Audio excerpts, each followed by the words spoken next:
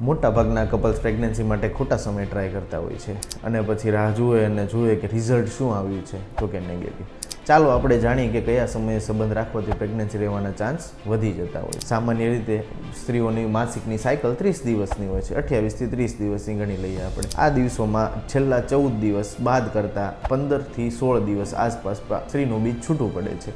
આ દિવસો અથવા તો આ દિવસો કરતાં આગળના સમયમાં જો રિલેશન રાખ્યો હોય તો પ્રેગ્નન્સી રહેવાના ચાન્સીસ આપોઆપ વધી જતા હોય છે. સ્ત્રીનું જે બીજ છે એ સ્ત્રીના શરીરમાં 12થી 24 કલાક સુધી જીવંત રહે છે તથા જો પુરુષનું સ્પર્મ જોઈએ આપણે તો શુક્રાણુ કહેવાય ને એ શુક્રાણુ સ્ત્રીના શરીરમાં 3થી 5 દિવસ સુધી જીવિત રહી શકે છે. એટલે કે સંબંધ ઓવ્યુલેશનના દિવસે જ નહીં પરંતુ ઓવ્યુલેશનના દિવસના 2 થી 3 દિવસ પહેલાં તથા ઓવ્યુલેશનના ટાઈમે પણ રાખવો જોઈએ, જેનાથી પ્રેગ્નન્સી રહેવાના ચાન્સ વધી જાય છે. આ ખાસ વોર્નિંગ ધ્યાનમાં રાખવી ખૂબ જ જરૂરી છે, જેવી કે તમારી ઉંમર 30 વર્ષ કરતાં ઓછી છે અને તમે છેલ્લા 1 વર્ષથી પ્રેગ્નન્સી માટે ટ્રાય કરો છો.